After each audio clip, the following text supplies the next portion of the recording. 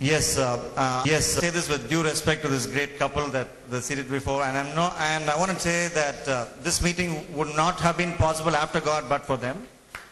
இந்த அருமையான தம்பதியரை இந்த காரியத்தின் மூலமாக வாழ்த்த விரும்புகிறேன்.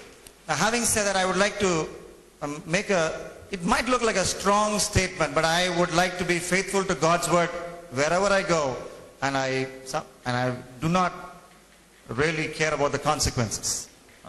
வசனத்தின் அடிப்படையிலே அதை உறுதிப்படுத்த விரும்புகிறேன்.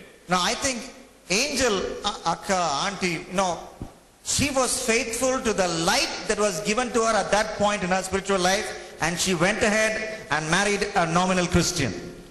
தனக்கு கொடுக்கப்பட்ட வெளிச்சத்தின் அடிப்படையிலே தன்னுடைய வாழ்க்கை பிற்போக்கான வாழ்க்கை வித்தியாசமா இருந்தாலும், so the Bible says we will be judged according to the knowledge that we have, not the knowledge that we don't have. நமக்கு கொடுக்கப்பட்ட அறிவின் அடிப்படையில், நமக்கு இல்லாத விஷயத்தின் அடிப்படையில் அல்ல. Before me there are 120 young people. You are listening to Bible teaching which maybe young people 10 years before or 5 years before never listened to. இப்பொழுது இருக்கிற அனுபவத்தினுடைய காரியங்கள் முந்தின காரியத்திலே அப்படிப்பட்ட காரியம் சாத்தியமில்லாத ஒரு காரியமா இருந்தது. So may I request you, உங்களை பார்த்து நான் வேண்டிக் கொள்கிற ஒரு காரியம், may I urge you, உங்களை பார்த்து விரும்பி கேட்கிற ஒரு காரியம், be firm. If you have to marry a nominal Christian, say no to your parents. Stay. You say, Mommy and Daddy, I love you, I can do anything for you, but this is against God's word. I simply will not go ahead with this marriage. Do that, God will honor you. கூடுமான வரைக்கும் இதற்கான காரியத்தில் எதிர்ப்பு தெரிவித்து பாருங்கள், கர்த்தர் நிச்சயமாக உங்களுடைய சவாலை ஏற்றுக்கொண்டு பதில் செய்வார். And I say this not to put them down. அவளை தாழ்வாக கீழே போடுகிறான ஒரு காரியம் அல்ல. I say this because I know many couples who are married like that, the husbands are still unsaved. என்னுடைய அனுபவத்தின் அடிப்படையில் பார்க்கும் பொழுது இப்படிப்பட்ட காரியங்கள் அநேகருக்கு சாத்தியப்படாமல் தான் போய்விட்டது. இன்னும் அவருடைய நிலைமை கீழான நிலைமைக்கு தான் போய்விட்டது. அதாவது விசுவாசி அவிசுவாசியை கட்டி ஜோம் பண்ணி இன்னும் அந்த அவிசுவாசியான ஹஸ்பண்ட் ரட்சிக்கப்படாமல் எனக்கு இமெயில் பண்றது, போன் பண்ற பலரை நான் அறிவேன். So be careful. ஆகவே மிக எச்சரிக்கையாக இருங்கள். The Lord will give you wisdom. உங்களுக்கு ஆண்டு நல்ல ஒரு ஞானத்தை தருவார் அந்த நாளில். கருத்துக்களை சொல்லியிருக்கிறார்கள். நேரம் குறைவாக இருக்கிறபடினால் 2 கேள்விகள். இதை டூக்கேன் கேட்கும் ஆசைப்படுகிறேன். Is studies more important than prayer? Studies determines our future. In such a situation, how do I make a decision between the two? Now, I love the person who asked this question, but you are coming from a very common wrong concept. Is studies more important than prayer? Studies determine our future. In such a situation, how do I make a decision between the two? படிப்புக்கு தரையாக ஜெபம் அமையுமா என்று கேட்கிறார்கள். அதற்கு பதில். Now this question is coming from a very common wrong concept that most people have. இது பொதுவாகவே ஒரு கருதப்படுகிற ஒரு தவறான எண்ணமாக தான் இருக்கிறது. What you are trying to do is to differentiate between sacred and secular, and that is not found in any book of the Bible or any page of the Bible. உலக வேதத்திலே பார்க்கிறோம், உலகமும் அல்லது கிறிஸ்தவ அனுபவம் வித்தியாசப்பட்டு பேசப்பட்டதாக எங்கும் சொல்லப்படவில்லை. You see a man like Daniel. தானியேலை நாம் வேதத்திலே பார்க்கிறோம். He did everything in his life as an act of worship to his God. எல்லா விதமான காரியத்தையும் ஆண்டவரை ஆராதிக்கிற காரியத்திற்கு முக்கியத்துவம் கொடுக்கிற மனிதனாய் காணப்பட்டார். He was selected for a government job with the Persian government. Persia ராஜ்யத்திலே அவன் ஒரு முக்கியஸ்த நபராக கருதப்பட்ட மனிதன். He was selected for a job with the Persian government. Persia அரசாங்கத்திற்கு அந்த அரசாங்க வேலைக்காக தேர்வு செய்யப்பட்டவர். There was a training period. அது அவனுக்கு ஒரு பயிற்சி காலமா இருந்தது. He refused to eat food during the training period. அப்படிப்பட்ட காலத்திலே தனக்கு கொடுக்கப்பட்ட உணவு காரியத்திலே கூட ஒரு மாற்றம். Because he believed everything that he did was an act of worship to God, he excelled in that training. His wisdom was 10 times more than his contemporaries. Many of them did not know Yahweh or the true God.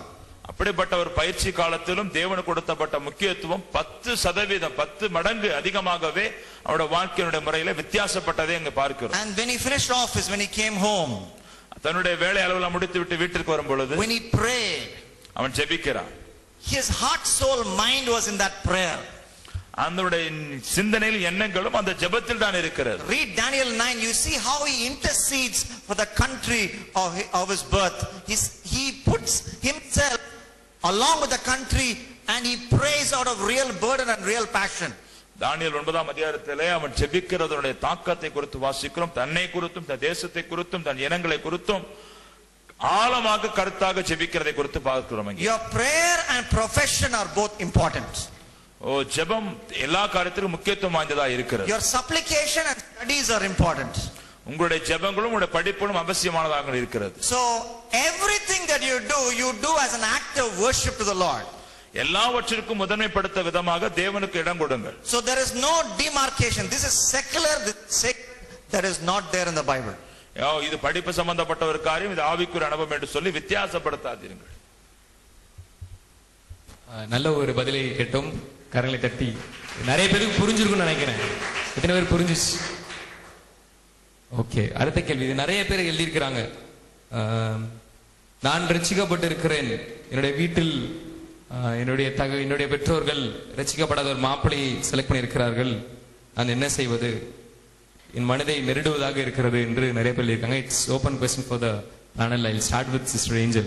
Just want to add a Bible reference for the question. In answer to the question, can women preach?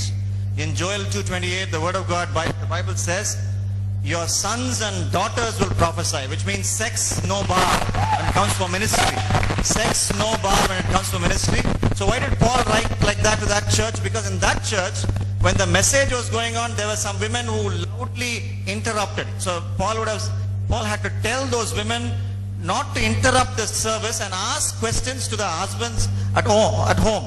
I mean, he would have said the same thing if it was a man interrupting. So that is a particular problem of that church. So when two passages in the Bible contradict, we need to see the overall, the whole Bible, and then understand the contradictory passages with the message of the overall message of the Bible. In the Old Testament we had Deborah. God anointed Deborah to be the leader. If you read the book of Judges, she was the best judge in the entire book of Judges, best judge who ruled Israel. Inspired by the preaching of Deborah, Barak went for a war.